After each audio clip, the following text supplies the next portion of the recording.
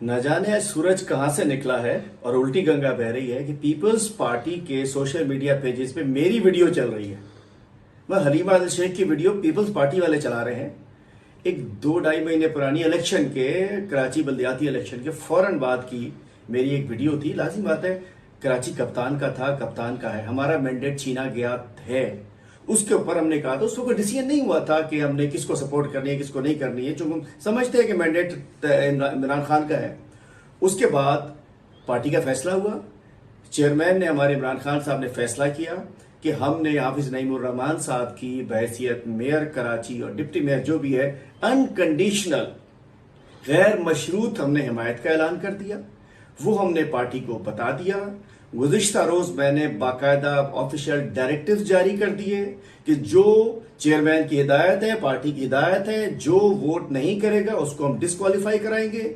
उसके खिलाफ SLGO में कानून मौजूद है। वो तो कुछ नहीं चल रहा और मेरी पुरानी 2 महीने पुरानी वीडियो चल रही है। तो मैं कहना चाहता हूं, पाकिस्तान तहरीक इंसाफ कराची के मेयर के इलेक्शन में डिप्टी मेयर के लिए अनकंडीशनल सपोर्ट हाफिज नईमुर रहमान साहब की कर चुकी है, चेयरमैन की हिदायत पे खान साहब की। और तमाम हमारे चेयरमैन जो हैं, मेंबर्स जो हैं, वो उनको वोट करेंगे।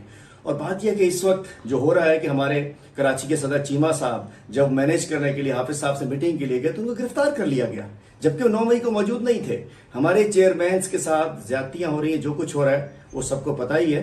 लेकिन बात यह है कि हमारी हिमायत हाफिज साहब के साथ है और इंशाल्लाह हम कमिटमेंट वाली पार्टी है हमारी। जो कमिटमेंट चेयरमैन की है वही कमिटमेंट हमारी है।